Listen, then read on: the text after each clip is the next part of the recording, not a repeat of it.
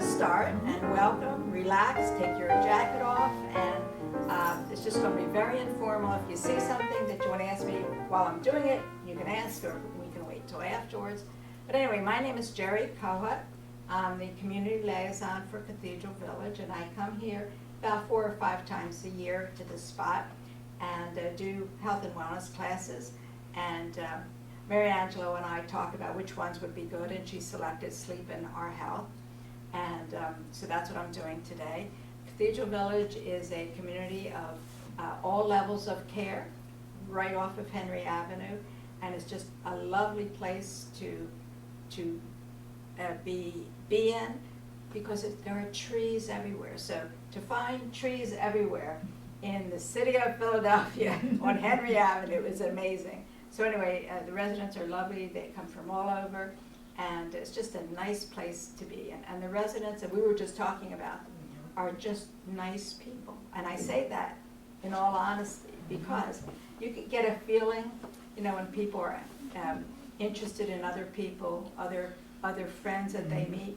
It's different, because I've been in different places, and you get a feeling about the residents that live there. So this is not an advertisement, but I think people need to know that when you're looking for a place, if you ever do, really evaluate the residents as much as you do the building. Yep.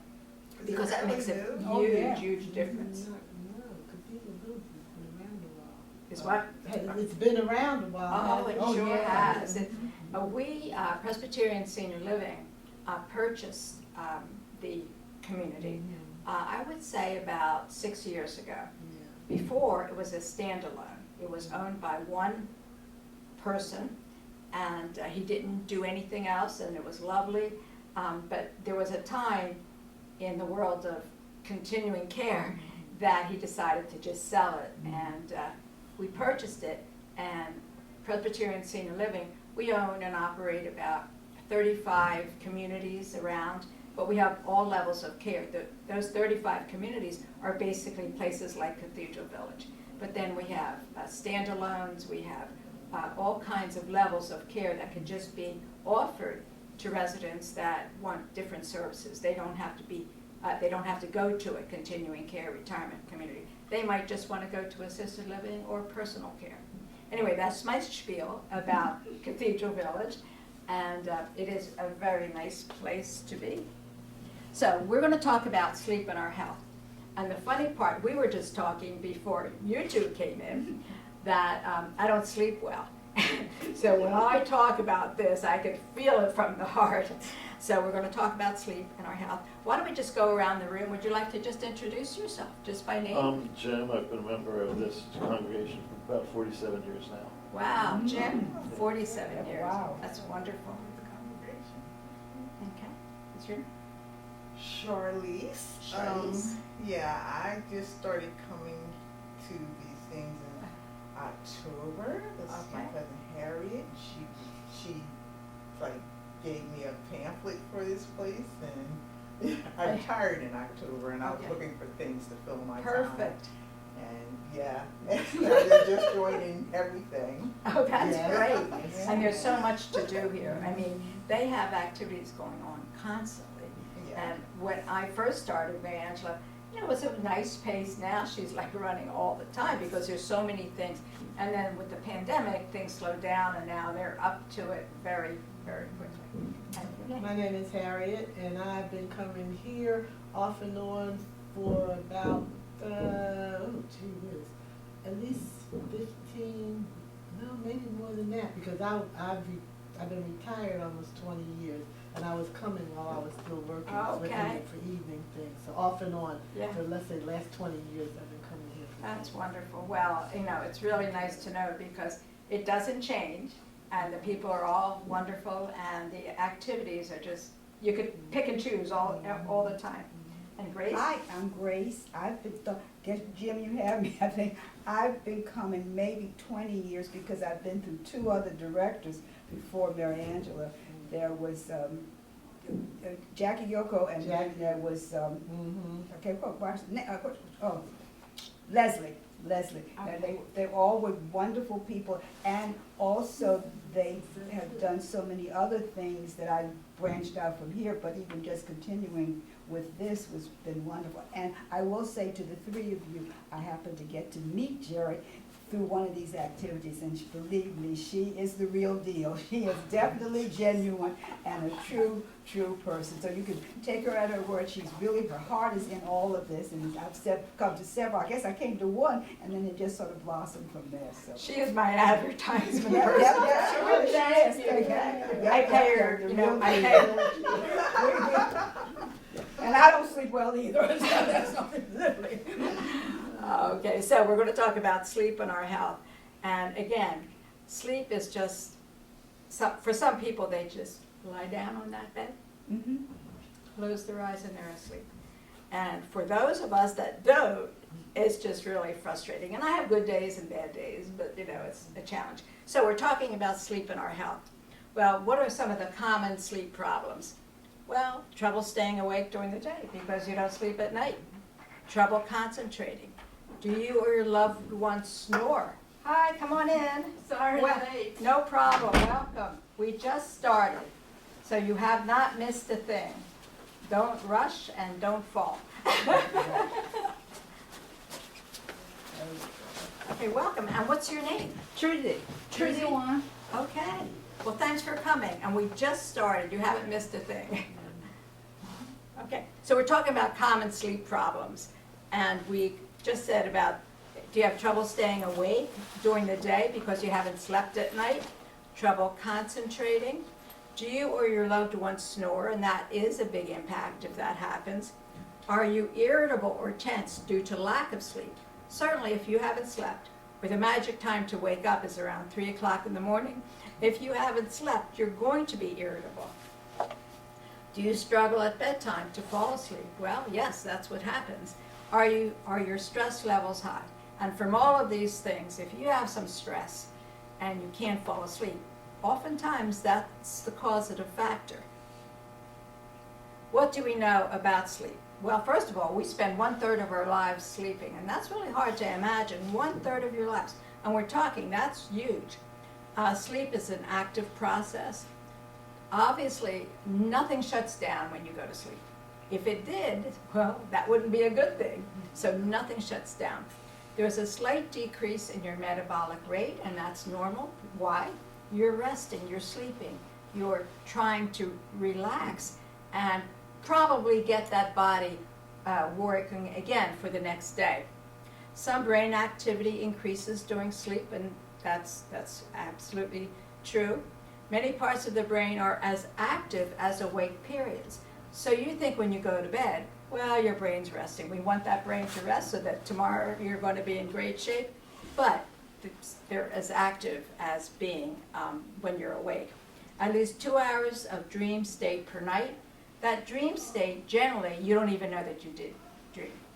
That's why it's just 2 hours. People will have wonderful dreams. They can remember it the next day. But this dream state is what your brain does. It slows down and it has a dream factor, but you don't remember that dream as you do if you had another type of a night. How is sleep regulated? There are specific hormones that are increased during sleep.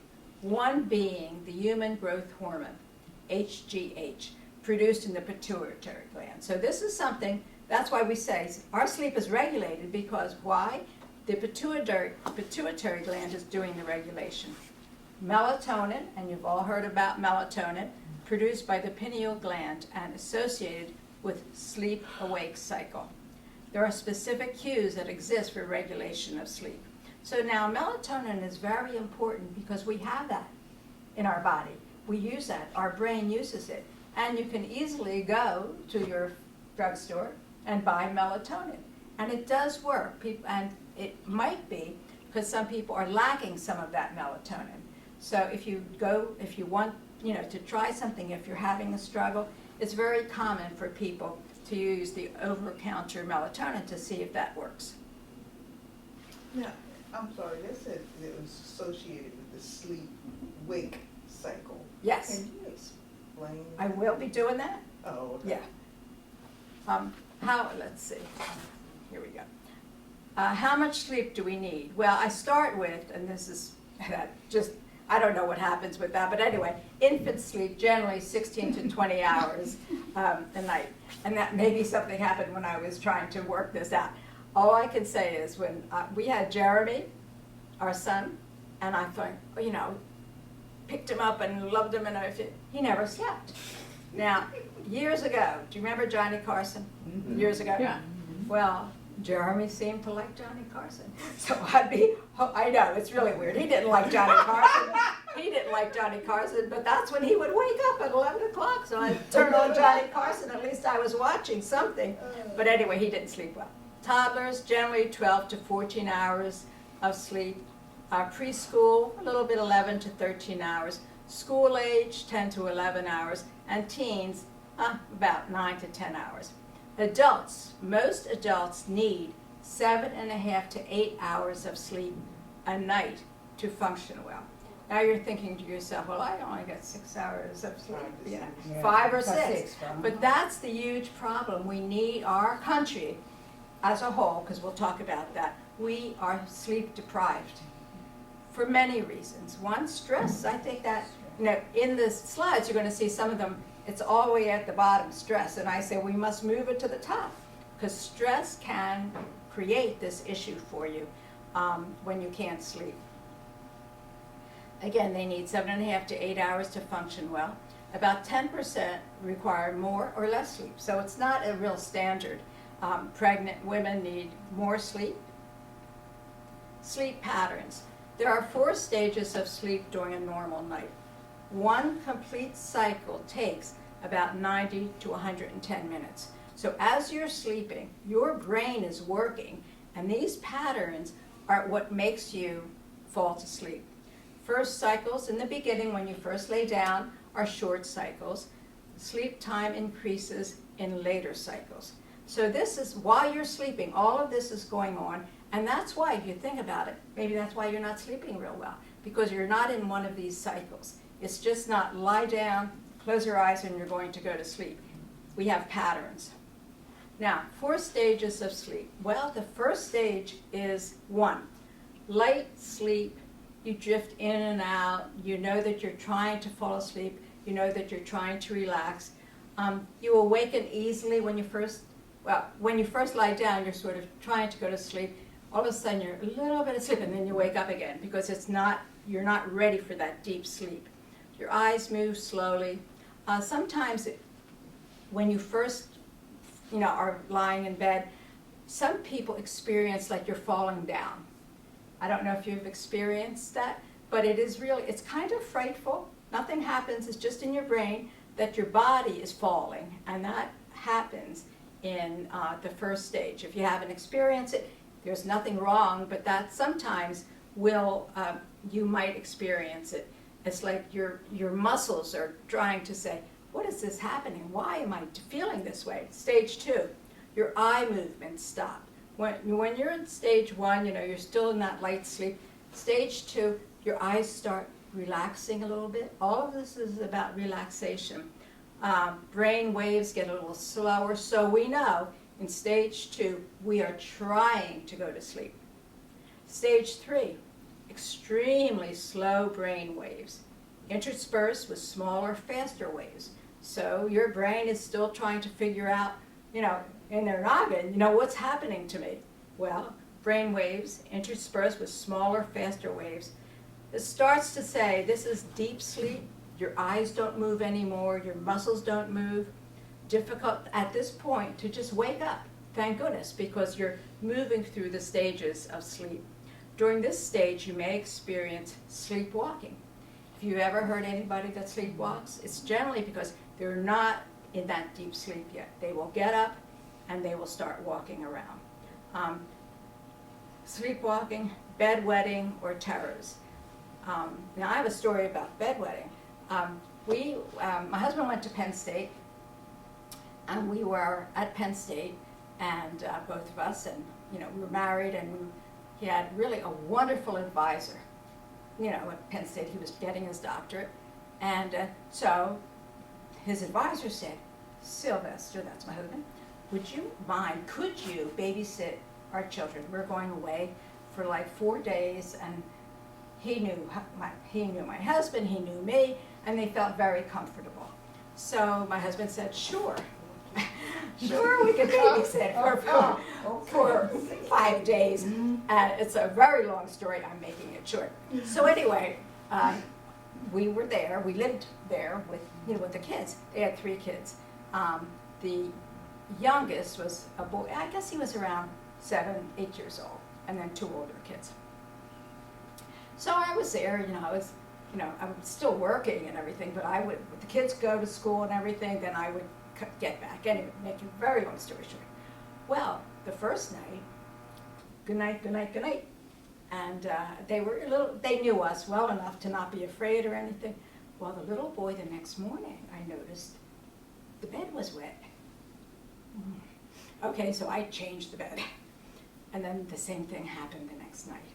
Well, here, she didn't mention it to us. Not that there was any problem, but she said, he does when he's nervous. He does, he's a bedwetter. And so I said, there's probably something you can do only for his sake, because probably he was nervous that we were there. And so I kept on trying to reassure him, not saying anything about the bedwetting. But things do happen like that. And she said, we really have to start thinking about, it's just not because you were here. We think it's just he has something else going on, and we didn't know what it was. So bedwetting can be something in that stage 3. Stage 4 is considered a deep sleep. So when you put your head on that pillow, look what your brain is doing. They're just not saying, okay, good night, Jerry. It goes through stages of sleep. Lack of sleep or poor sleep has been declared a national public health problem. National. Our people in our country are stressed out. They do not sleep properly. And you see all of these medications that you can take to have a good night's sleep. Well, people are taking all of this medication to get a good night's sleep. It's still not working. An estimated 50% of Americans are sleep deprived. 50% of our country, they're sleep deprived. 30% average less than 6 hours each night. Less than 6 hours. Estimated 70 million people do not experience sufficient sleep. 7 out of 10 people have trouble just falling asleep. 40 million people suffer with long-term sleep disorders. So as you hear me talking, it is a national public health problem, and it's getting worse. And all of these statistics are updated all the time, so it's just getting worse and worse. 40 million people suffer with long-term sleep disorders. 20 million people experience just occasional problems. Occasional problems. 20 million people living in our country experience occasional. 1/3 of Americans have symptoms of insomnia, which we'll talk about. The cumulative effect of sleep loss represents an under-recognized public health problem. We really need to recognize it as a problem, because there are so many people that are not sleeping, and then what happens? Well, the next morning they're irritable, they're not happy, they're under more stress because they didn't sleep. Car accidents happen as a sleep, and we'll talk about that too later. But your brain isn't functioning well without a good night's sleep. Contributors to sleep deprivation: not going to bed. Inadequate time in bed. Must be productive. Sleeping is not necessary. A lot of people don't like going to bed. Well, I don't want to go to bed. I'm active. I'm good. Why should I waste these 6 or 8 hours? As a country, we have lost more than 2 hours of sleep a night since the first sleep study was done in 1920.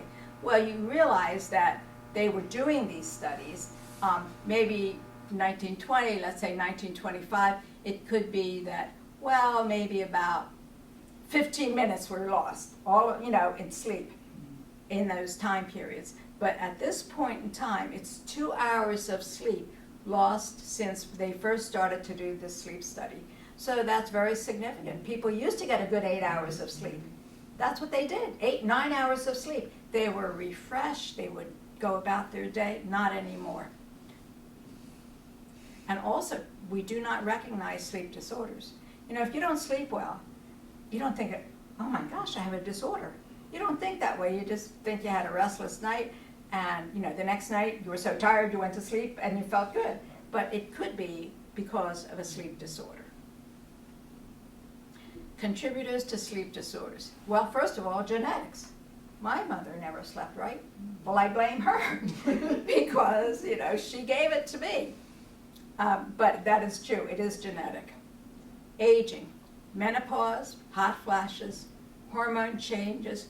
1/3 of older adults have insomnia, most or more with fitful sleep. Fitful sleep is just you can't sleep. You're agitated. You're aggressive because it's frustrating to lie in that bed and you can't sleep. What is sleep apnea? Sleep apnea. Yeah. Yeah. So we're going, and sleep apnea, that is a huge thing in our country. And we'll talk about that. But that's some of the contributing disorders that happen. Before you If pass you're to overweight. aging, I have a question. What?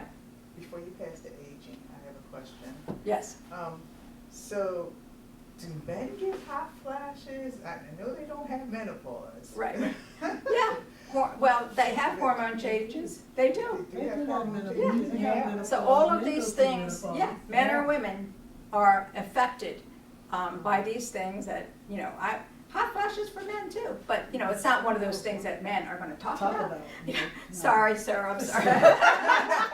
I know. One of the reasons why I was asking, you know, you're in here and I thought that you could, you know. I've never had a hot flash. Thank you. No. In other words, these are things that happen, can happen, and they're almost like a sleep disorder. Yeah, because I know, you know, Yeah. all of us have been through that, but we're like, it looks like we're all pretty much past the menopause Yeah, yeah. flashes point, you know, but, you know, and hormone changes, but, you know, this is, after all that, Right. is when my sleep disorders started. Right. Yeah, well, we'll talk. Overweight, 40% of overweight people have sleep apnea, and that is significant. People with diabetes, 1/2 of people with diabetes have sleep apnea. Pain, illness, arthritis, osteoporosis, dementias, heart disease, lung disease, or digestive disorders all affect how we sleep. Medication. Some people take medication for their health and they need to take it. Some medications, you could read the labels, may cause being awake. And so I think that's very significant. So if you take a new medication, let's just say your doctor orders a new medication, read that, if you get it magnifying glass, read everything about it, because if you don't sleep well and all of a sudden they order something for you, not for sleep, and you realize that this medication says may keep awake during the, make sure your doctor knows that's all I need is a medication that may keep me awake. So you have to be aware of all of the medications you take. And what did I say? Stress can really be very, very challenging. Now we have, these are just common sleep disorders. You can snore, that is a sleep disorder. Insomnia, if you can't sleep, another disorder. Interrupted sleep patterns, which we talked about. Restless leg syndrome.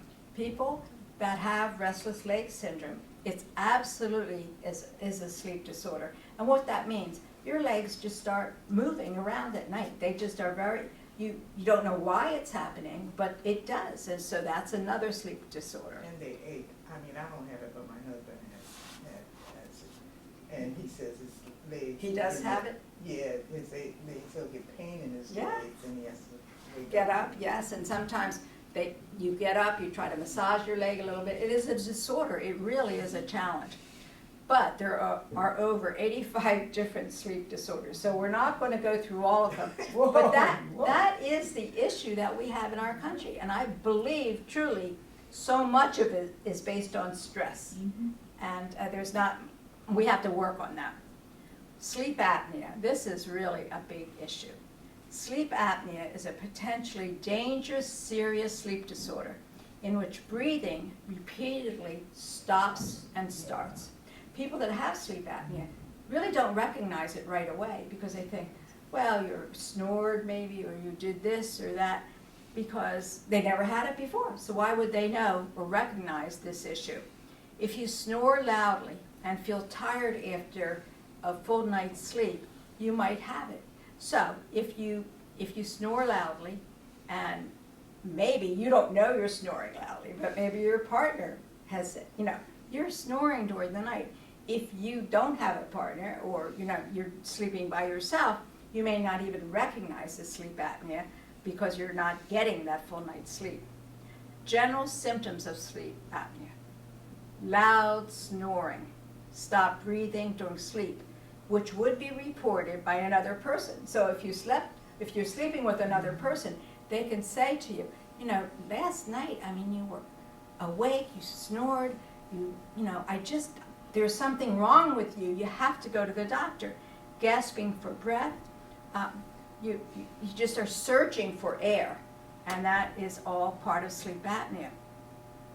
When you wake up in the morning, you can have a very, very dry mouth, and you've already experienced difficulty staying asleep.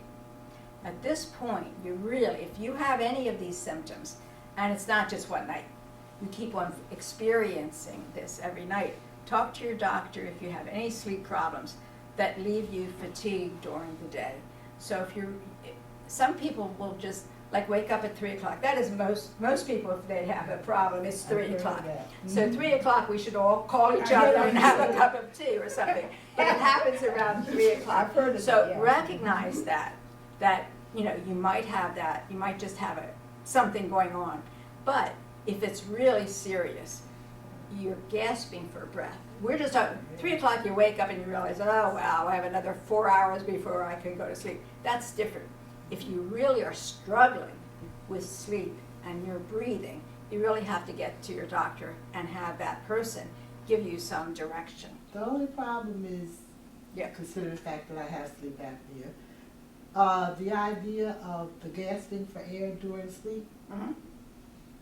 you will gasp for the air sometimes, but you're not aware of that either. And you will go back to sleep. Once your brain has you breathing again, Yeah. you will go back to sleep. And when I had my sleep test done, the very first one where they diagnosed me with that, I didn't even make it through the whole night. Wow. The technician came into me after I had been asleep for about 3 hours or so. I don't even know if it was that long. He said, wait a minute, we gotta stop.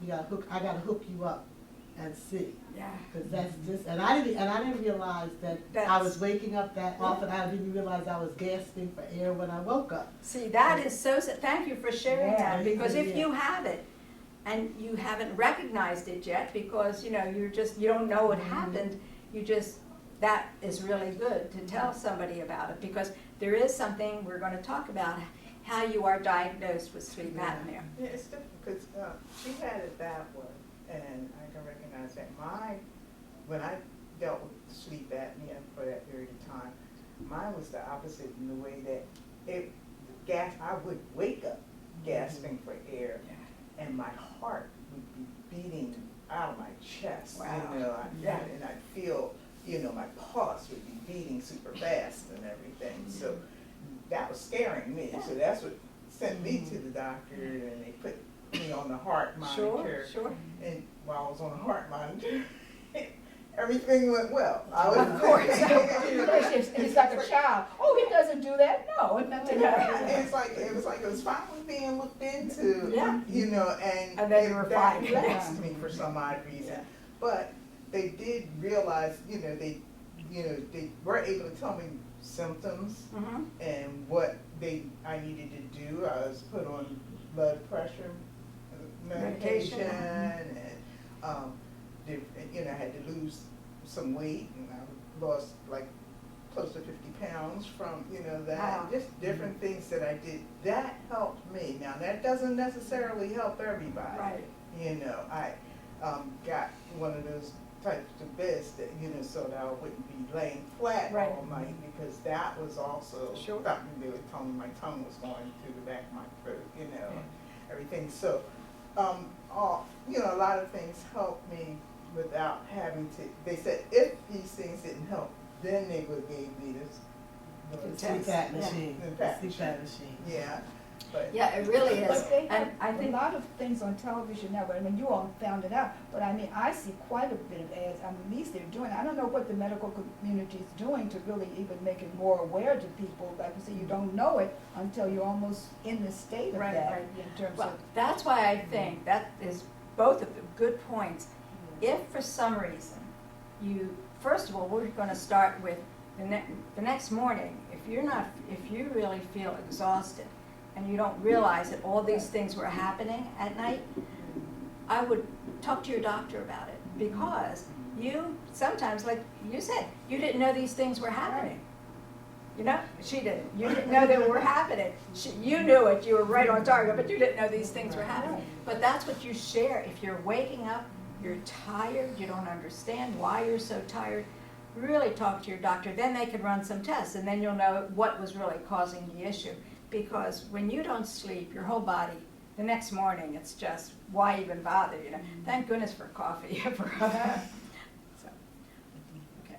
Narcolepsy. This is something, this narcolepsy is a rare, long-term brain condition that causes a person to suddenly fall asleep. The cause of narcolepsy is not well understood, but may involve genetic factors and abnormal signaling of the brain. Narcolepsy is a chronic sleep disorder which is characterized by overwhelming daytime drowsiness and sudden attacks of sleep. May experience sudden loss of muscle tone and hallucinations. Fewer than 200,000 people have this diagnosis. That's a lot of people. Treatment can help, but there is no cure. So I went through this pretty quickly, but narcolepsy is something that people really don't even know that they have. And I can recall my husband, when we were at Penn State, no, we weren't at Penn State, it doesn't matter where we were, but my husband had a person that worked for him, and he would come in and would start the conversation, and then all of a sudden he'd stop. And still really didn't know what to say or what to do. And so then he'd be okay, and so we'd continue the conversation, but he knew something was dramatically wrong. So this must have happened about 4 times, and like once a week. He'd come in and talk to Sil. Appropriately, he had to talk to him, and he did it. So Sil talked to him. He said, I just need to ask you, do you know when you're talking to me that sometimes you sort of fade in and out? He didn't know what to say, because he didn't know he was doing this. And this is narcolepsy. It's a brain condition. It could be genetic, but it's sudden loss of muscle tone and hallucinations. They don't know this is happening, and it's narcolepsy. Treatment can help, but there is no cure. And my husband, when he told me about it, he said, it's just like we're talking and then he just fades out. And that's what this is just all about. It's rare, 200,000 people in our country. That's not a lot of people. No. But when it happens, it just is very frightful, and because people don't understand it nor know more about it. We had a guy at work who had that. He was a co-op from Drexel University, and he'd fall asleep, and he was put on medication. He was a different person. Yeah, And it just totally solved the problem. right.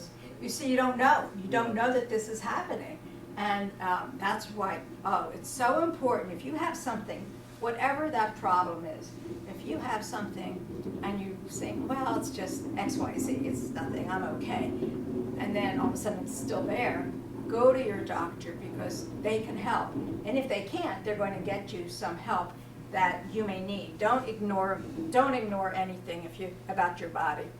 General symptoms of a sleep problem. Performance decrease with family, friends, work, school.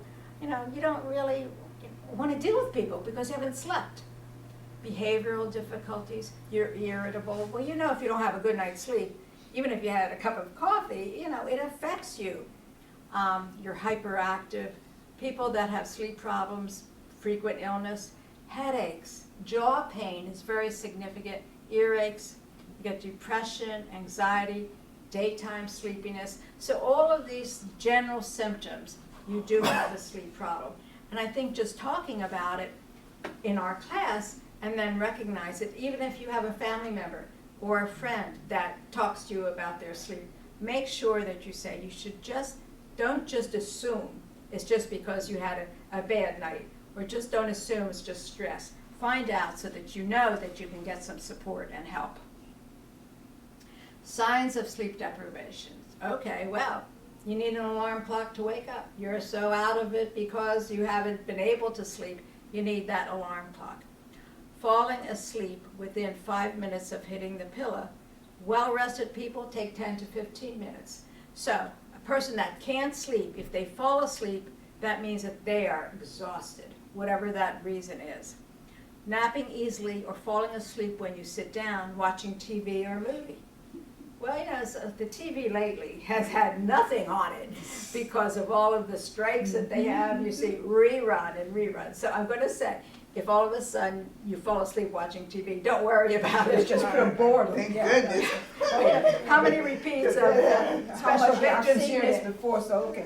Yeah, you've seen Olivia 25 times, right? But anyway. I'm one of those people who will turn the TV on so I can fall asleep. Yeah. Get out of my own Easily thoughts. with the TV. Oh, they're definitely always watching me, yeah. Yeah, that's There right. you go. That's a good thing. Yeah, the TV watches you. Watching me because I am gone. Oh gosh, this is fun. Results of sleep, can't even talk. Results of sleepless nights. 4 out of 10 adults' sleepiness interferes with activities a few days each month. Well, it does. 20% of adults' sleepiness interferes a few days per week. Now this is accurate, and direct cost of sleep problems result in more than $20 million annually. Indirect cost, $50 to $100 billion annually.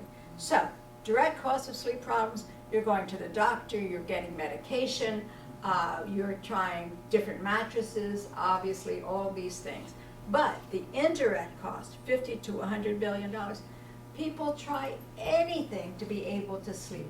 They're buying new mattresses, they're going to sleep programs, they're trying to eat differently. Because when you don't sleep, you're trying everything. You know, there's nothing that you won't try to get that good night's sleep. So, but it's an industry. Sleepiness is an industry in itself in our country. But that dollar amount annually is just so significant because it is all indirect. We're not talking about doctor visits. We're talking about all the stuff people buy in order to fall asleep. Sorry this is so short, but anyway, you can't see it. Drowsy driving, poor functioning, drowsy driving. Sleep deprived, 2 to 4 times greater risk of an accident. So if you haven't slept the night before, really think about it, because you can be sleep deprived and you are at greater risk of an accident. 125,000 auto accidents were as a result of sleep deprivation. There are 75,000 injuries as a result, 1,550 deaths as a result of a sleepy driver. 20% of all drivers have dozed at least once behind the wheel. So if you're a driver, and you know that you have a sleep issue, they have dozed at least once behind the wheel.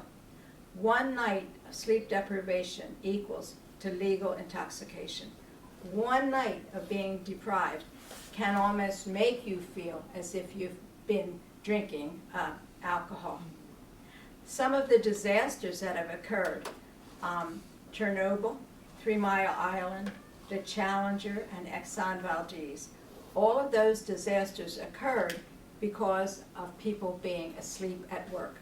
3 Mile Island was in Harrisburg, that's where it happened, and there were people that actually fell asleep on the job and caused this dramatic issue with people, being killed as a result of in Harrisburg, 3 Mile Island. So these are all disasters that occurred,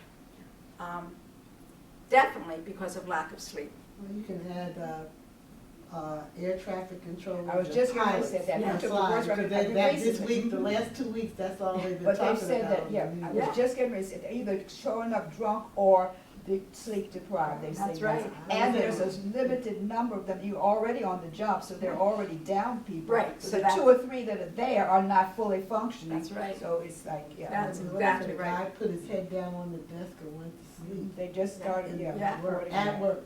Yeah. They have airplanes in the air. Yeah. Yeah, sleep deprivation, is just awful. I think one of the biggest things, contributed to errors in judgment from fatigue and sleepiness. So all of those disasters were as a result of not sleeping. I think interns and residents. Oh, Yeah, okay, so, in the day, when you were an intern or a resident, you worked 24 hours. You did not have a shift. If you were on at any of these major hospitals and you were, on as the intern or the resident, you didn't say, oh, okay, it's my time to sleep. I've done my 8 hours. You were up 24 hours a day. So what happened? They recognized, and they had all of these different graphs, that these things happened when the interns or Yeah. residents were on, and it happened because they were sleepy. And people, years ago, didn't even recognize that. You're an intern, you're on 24 hours a day. Nobody thought one thing about it because, well, that's how you learn. Well, what happened, they were too tired, and there were so many errors being made. So all of a sudden, things changed because that they recognized, and they did all these studies to find out why this was happening. They realized that, well, these interns, they have to sleep. Duh. Yeah. Yeah, that's what it is, duh, but this was not that long ago, maybe 20 years ago. Has But that changed before in that, hospitals? Also, COVID brought it back when they were having to do long double shifts. That's right. That was another thing that caused it. They realized that They people realized, were yes. really, here it is again, yeah. you in that can't form. do that. It People can't need happen. sleep. Has that changed in teaching hospitals? The very long shifts for the Oh, interns? yes, Yeah. absolutely, Okay, good. absolutely. Totally. And I think that was the issue. Mhm. But they were recognizing these things that happen. A lot of medication errors. You can't work 24 hours a day, but people didn't think that. That's how you get your training. So you're on tonight, 24 hours, you're on 24 hours a day. So obviously, things changed for the good. But you didn't think of it in the time. More mistakes. Work performance of medical errors contribute to job absenteeism, lost productivity, mistakes and work accidents increase. Medical errors. This was a study that was done with sleepy interns. Now again, we have sleepy interns perhaps, but 36% or more serious errors with these sleepy people, of which 31% caused a fatality, 28% more intercepted errors, 57% more non-intercepted errors. So in other words, nobody picked up that there was an error in the medication. 5.6 times as many serious diagnostic errors. So not only the medication, but the diagnosis was made. So we absolutely, all of this stuff, we realized you cannot do it. You must change the way you were doing things. And it did work, because people realized, they did all these studies and there were errors, let's say 20% of errors with one person. Well, how and why? Well, he worked 72 hours. I mean, these things used to happen. So that's why I'm saying there were just so many mistakes made and people didn't even realize it. Treatment of sleep disorders. Good sleep hygiene. And we're going to talk about these things. Good sleep hygiene. So when you're ready for bed, you have to plan getting to bed. You might want to say, every night I'm going to try to get to bed maybe by 11. I'm just using that as an example. And I'm going to, make sure everything's ready. I'm tired. I want to go to bed. And you're going to do good sleep hygiene. Medications, if you have any medications to take. Psychotherapy and or stress management programs. In other words, if you can't sleep, you need help. Evaluate need for other interventions. Well, there are certain things that you can do when you go to your doctor and tell him, I just can't sleep, I'm just miserable.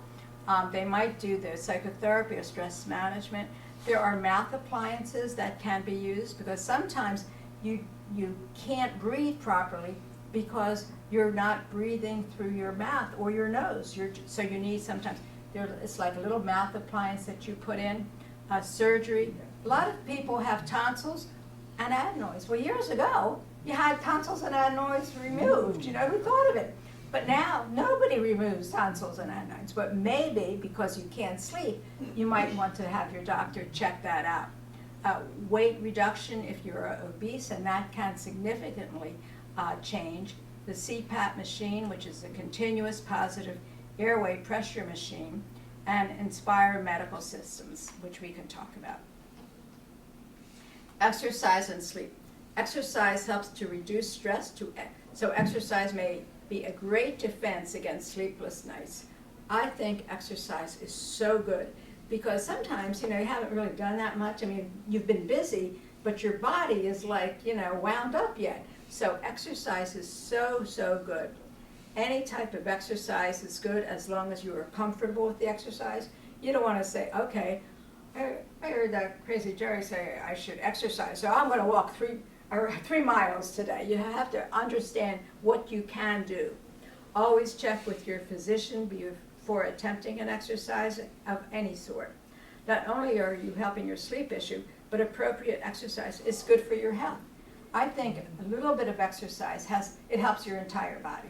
So whatever you can to move. You know, and it's really hard now that we're into this, you know, colder weather. People have a tendency to move less, get out less. So anything you can do of any sort of exercise is good. The CPAP machine, it means continuous positive airway pressure. That's what the CPAP machine is. It's a constant level of pressure greater than the atmospheric pressure. So if you're using a CPAP machine, the level of pressure is greater than the atmospheric pressure. So it is sort of pushing air into your system. It provides air at a pressure just high enough to prevent collapse of your airway. And that's what happens. People that have that cannot sleep, cannot breathe properly, you talked about not breathing properly, they need that machine. The air is continuously applied to the upper respiratory tract of an individual. So it's in the upper respiratory tract. Makes for an easy night's sleep without airway disruption, and it is the best treatment for sleep apnea. So if you can't sleep and your body is crying for sleep, you go to your doctor and they may order the CPAP machine. Now, CPAP machines used to be huge. I would say, okay, I'm going to walk over here. Well, no, it could be almost, no, it's this side. The CPAP machine was like this. Wider, a little wider, and bulky. And once it was put beside the bedside, that's where it stayed. That was the old-fashioned CPAP machine. And we had friends that her husband he could not sleep well and had the CPAP machine. So they were going to visit us, and they said, do you have like an extra bed that, you know, because we were in an apartment. So no problem, come. So what happened? She told me that we really can't come because, you know, in the day, these machines were huge. And she really wanted to visit us, but she said, it's just not going to work because my husband can't sleep without this machine. So they were huge, big. Now they aren't. And, you know, now they're just really small little things. Let me go back. Yeah. A CPAP machine can be the size of a little box. That's it. Don't they have something I've seen on television you just Right. put on? That's the next one, the size of a Inspire. remote. Right. The one, oh, that's the new thing. That's Yes. the newest thing. Then that's not really, I don't think they don't consider that a CPAP machine. They don't call it that, but they say it's an alternative. But it's a something, minor yeah. surgery, they Right. put something inside, and that's Right. why I said, forget that, I'm not, but my CPAP machine, if you saw me walking through the airport with it or at the train station or whatever, you would think I had a small briefcase. Wow. A small attaché case Yeah, or which is something good, like yeah. that. So I can carry that. It's very light too. Yeah, it's wonderful. I mean, that's why I described what it was like. I mean, you couldn't travel because you had this big thing. Now it is manageable, which is wonderful. Now we have the Inspire medical system, and that Yeah, is, that's what That's it is. it. that's the one. Yeah. It was based in Minneapolis, Minnesota in 2007. Elevated standard of care for sleep apnea. It was like a miracle. And it got FDA approval quickly because they did all of these tests to say, is this going to work? Because you do insert it into the person's body. So anyway, it was FDA approved. The system works inside of your body, delivering mild stimulation to key muscles. Always allows airways to open during sleep, controlled by a small handheld remote. Battery operated, and the remote will last 11 years. Is that what, do you know if that's what? I don't know, I haven't heard that. I just see the commercial on TV. Oh, okay, Yeah. all right, yeah. Uh-huh. This is what the This was ladies. before, this came after me. Yeah, okay. So it's 11 years. Placed by an inspired trained physician. So when you want the Inspire medical system, it works. They cut a little part of your skin, put the Inspire system into your into your skin. That's all it is. It's under your skin. And then you have a remote, just like this little remote that I had. If you're not sleeping well, you just click it and it works. That's the response. In other words, when you used to like snore or skip a breath, this remote does everything. And it has changed the way people live. The first quarter of 2022, and that's when it really came out, I mean, to the extent, $69.4 million were made, which is a 72% gain over 2021, 2022, and 2023. I mean, people are buying them like crazy. Why? It works. And it's invasive only to get this little thing on in your chest. But after that, and it does last 11 to 12 years. So it's a first time thing that you can use. People it was like a miracle. You know, if you can't sleep, use Inspire and it really works beautifully. Sleep hygiene, what contributes to good sleep?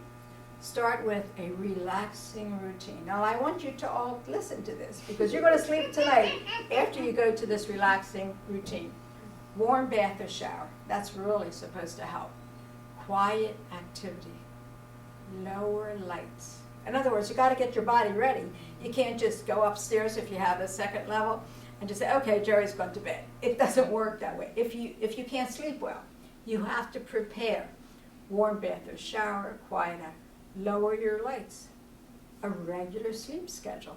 That's not brilliant, right? You should go to bed maybe 11 o'clock at night, 10 o'clock, midnight. The same schedule. Whatever that schedule may be, stick to it. Go to bed and get up around the same time every day. That's logical. Okay, so let's say you went to bed at 11 and you get up at 7. Body's used to that. They like routine. Your body likes routine. Limit naps.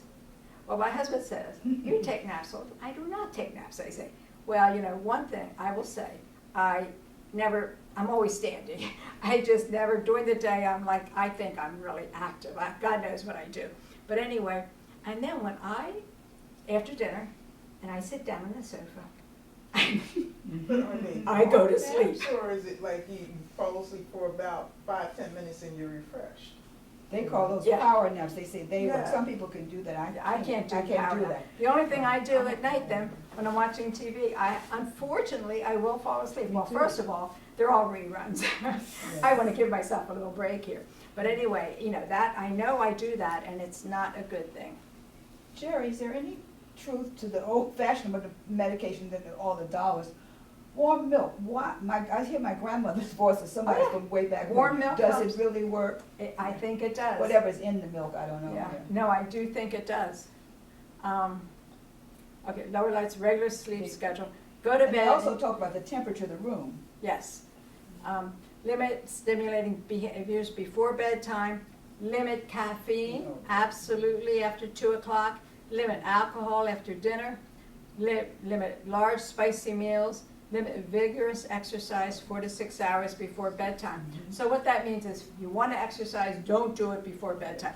A lot of people do. They want to just exercise. They put that in because, you know, they want to really keep their body, whatever, and you shouldn't do anything before bed. You want to just relax your whole body, and because if you don't, Yeah. it's going to be a challenge for you to sleep well. So all of these things are supposed to help. I thought I was exhausting my body by doing that. You know what I mean? I get on my stationary bike for about a half hour or so, Okay. Yeah. I call myself burning off all the energy. Yeah.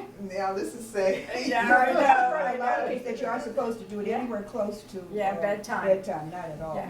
You really have to you have to plan. You have to plan your bedtime. Almost an hour or so ritual getting ready. Right. The other thing, when we were talking about the waking up at 3 o'clock, I came to another study sometime a year ago, and somebody said that the clock literally somewhere at 3:30 or 4. But they said, don't stay in the bed and keep waddling in it, that you should get up, go Right. someplace else, and try to do something. Right. But I don't feel like getting up, so I just stay there. No, That's my problem. I don't go back to sleep, but if you go somewhere else, then you're not sleeping. I don't know what the psychology was, but I've heard it from several Yeah, no, places, right. that you shouldn't stay in it and just keep trying. If it's not working after a certain amount of time, get up, go to it, and maybe reading, if that helps you fall. Something else needs to change. I don't know why. I don't know. Well, I I've think tried both ways. It didn't Well, work. I think it's frustration that you That's feel. what it is. It's that And the more you're stress. frustrated, See, the worse it is. Mhm. So a lot of, this is a good little tip. You know you're up, and it's that 3 o'clock. Yeah, whatever. You might want to go down or wherever and have warm milk. I mean, that really does help. They say you're A supposed to cup of change. warm milk and maybe warm milk and an aspirin. It's not going to hurt anything. And that does work sometimes. You have to plan. Plan, Because that's if you it. don't, And And maybe also- trial and error. and Like you were also, saying, yeah, some you of have to those things try that worked it, for you, yeah. that, but you were talking about your little, and you said, you actually said, Right. it may not work for somebody else. Right. So this kind Yeah, of it's thing, the same but I've thing, heard the yeah. same, the Yeah. literature and lots of, Google even says it, the whole thing, and I've come to workshops here that have said the same thing. Well, you Get can- up, don't you can stay go- there waddling in yeah. it at 3 o'clock or 4 o'clock in the morning. You can read, but you can turn on the light and sit up in the bed and Mhm. take either a magazine or a Or book and start book to helps, yeah. reading. They said, And you yeah. start reading, and at some point, all of a sudden, you You fall realize that asleep. you have It's fallen like the back to television, the sleep. book, yeah, reading Yeah. will put me to sleep anyway, especially even in the middle of the day. stimulus control. I think this is the last slide. Bed for sleeping only. Okay? Yeah, no That- reading, no I've heard reading, that. watching TV. That's why I said they're supposed to get up and get out of there. Yeah. Yeah, we go Work to the or living room. hobbies. None of this. Bed for sleeping only. Yeah. Go to bed when you are drowsy, and that's a good thing. If you feel like you're tired, take advantage of that and go to sleep. If you don't fall asleep, here we go, within a 10 to 15 minute, get up, Yeah. leave bedroom, read or watch something dull. Dull, yeah, which is easy to do. Right, Yeah. and there is an app, it's called Calm. Yeah, I see them Yeah. advertising. Yes, They've and it does advertised work. that. People, as a matter of fact, I was talking to a woman the other day, and she said, I can't come to that's why we were talking, I can't come to the program. And she said, but I use Calm. And you turn it on, and I don't think there's a charge for it. And you just CALM and see what comes up. And what they're trying to show you is that you have to calm yourself down to get into that sleep routine. Go to bed when you are drowsy. Don't miss that fact. If you're a little drowsy, take advantage of it. If you don't fall asleep within 10 to 15 minutes, get up, leave the room. I already said that. Yeah. Make sure your room and bed are comfortable. Feng shui in the bedroom, which I'll talk about. Oh, yeah. Temperature cool. No pets in the bed. If you have a pet, that pet does not get into that bed. Low lighting, bed sheets, PJs, all comfortable and not binding. So you think about all of these things that we're talking about. It's all to get you ready for bed. The more you do to yourself, to the bedroom, will get you ready for bed. Now, Feng Shui in the bedroom. Okay, Feng Shui is an old-fashioned term that they've used for years for everything in the world. It's Feng Shui for the whole house. In other words, you look at your bed, and we're going to just go to the bedroom, and we're going to Feng Shui the bedroom. What does that mean? Number one, what color paint do you have on the walls? I mean, we're really talking about you can't sleep. So you have a bedroom, and if the paint is really dark, or if you have wallpaper, or if you have really bright colors, that may do enough to keep your brain active. So they recommend like pale blue is very nice to sort of calm you down. So you can, if you're really having issues, try painting your walls pale blue. The other thing, your bedroom should be just for sleeping. People have their typewriter in there, they have their computer in there, they have the computer on their bed, just in case someone, we're talking about sleep, you slept. Well, you need more sleep, go home and go to sleep, right? You came to the right place. So when you're in your room, it's got to be just free of everything. The only reason you're in that bed is to go to sleep. So, again, the color blue is perfect. Your bed should be facing the door, if you can do it, you know, because the door is closed, and supposedly it really works to keep you like almost, this is my world. I'm in my slow world of trying to fall asleep. So the bed is facing the door. Bedclothes, absolutely not too many.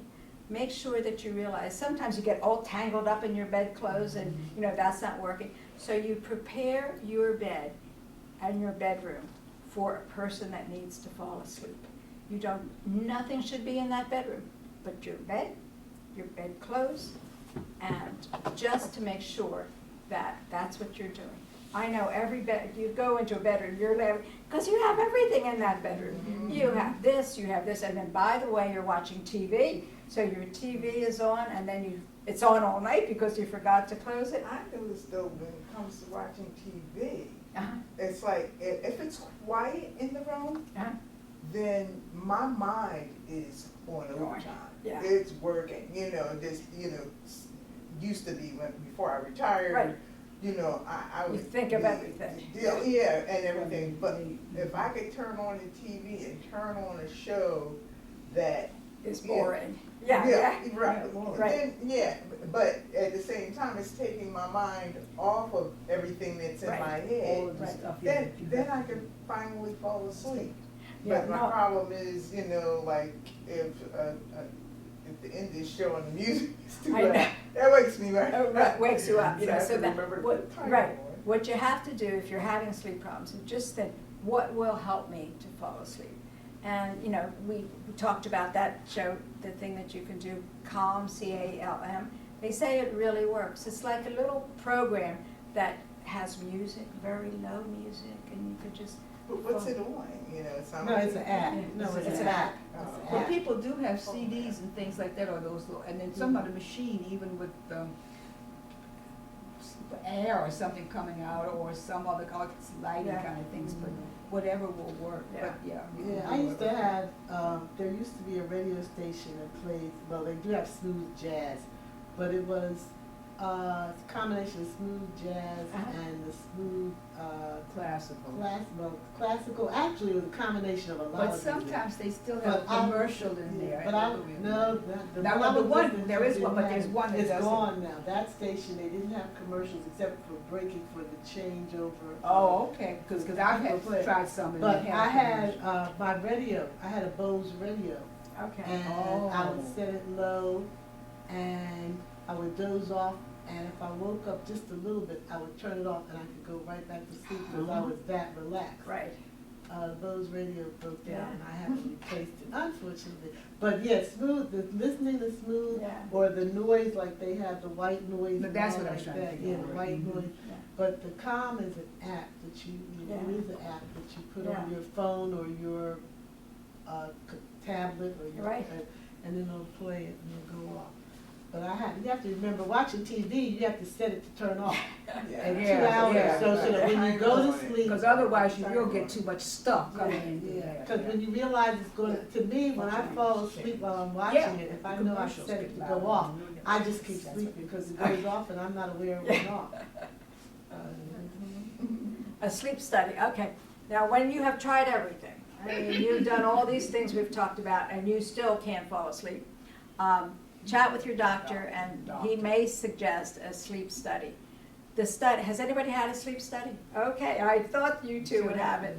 I'll describe it and you could add anything you want. The study is offered at a sleep lab. You arrive at the lab about 9 o'clock at night. No, excuse me. You arrive about 9 o'clock. There is a technician present who welcomes you and explains what's going to happen and talk about exactly what you're going to be experiencing. They put electrodes on your attached to your head and body. Lights are out and you're ready for sleep. The tech monitors the patient during sleeping. Light comes on at a designated scheduled time after 6 to 8 hours. Tech will send results to ordering physician. I could not do a sleep study because it would make me crazy. But anyway, I'm just saying, I know. Well, I just said I would just be awake. I couldn't fall asleep. If I knew it, somebody was watching me sleep. No. I know, thanks. I had my sleep study done in Chestnut Hill. Okay. In the room in Chestnut Hill. And I think I had to be there at 8 o'clock, 7, somewhere between 7 and 8, because it took approximately 45 minutes to an hour to hook me up. I was like, you gotta be kidding with this. And I didn't think I was gonna be able to sleep after you put the electrodes on your head and on your heart and your ankles, and I didn't think I was gonna be able to sleep. And he walked me into the room. There was a TV. There was a TV in the room, but he told me that the TV had to be off by 11:30. I think it was either around 11:30, so you could watch it, but at 11:30 the TV had to go off. And I fell asleep. He said, now of course if you have to go to the bathroom, and I did have to wake up, so there's a speaker. You don't have to wake about pushing. I said, I have to go to the bathroom. But he was down the hall in another room altogether. Wow. And he was watching the monitor. So that wasn't, and I came back and got back in the bed, and I was positive I wasn't going to go back to sleep. But as soon as I got back in the bed and got comfortable, I went back to sleep. But like I said, by that point in time, I was wearing the CPAP machine because he woke me up before that to put it in. I know that you can do it at home. You go in and hook it up. But from my personal experience, I would not do it at home because if you had, I think it's far away, but like I said, he woke me up. I'd only been hooked up maybe 2 hours, 2.5 hours, woke me up because I've been asleep. To hook me up. Right. It seems to me if you're at home, depending upon what happens, they're not going to come in a car and knock on your door and wake you up to say you need an adjustment. You need to have a CPAP machine put on you or whatever. Yeah, no, I think that you're hooked up to. I did the one at home more recently, and you're hooked up to monitor. Matter of fact, they bring you a phone, okay? And if anything happens, they call you. The phone comes with it. Your phone sends an alert to whoever, whether it's the hospital, I don't know. Wherever they are. But it sends the immediate alert out because it comes with the text, and so they would be immediately notified, and they would send somebody out, is what they said. But I didn't, my sleep issue didn't occur while I was on the monitor. And even when I went to the sleep study program, I slept better. I slept the whole 8 hours through the night. They had to wake me up. I was just going to say that. See, I can't sleep, and if I went, I bet darn it, I would do the opposite, and then there would be an excuse because here I am. No, this is not what happens to me. No, but because it's monitoring your brain activity, you may think you're sound asleep, but like she said, your brain doesn't go to sleep. You also are having, you stop breathing. Your heart is being checked. So all of that is going on while you think you're sound asleep.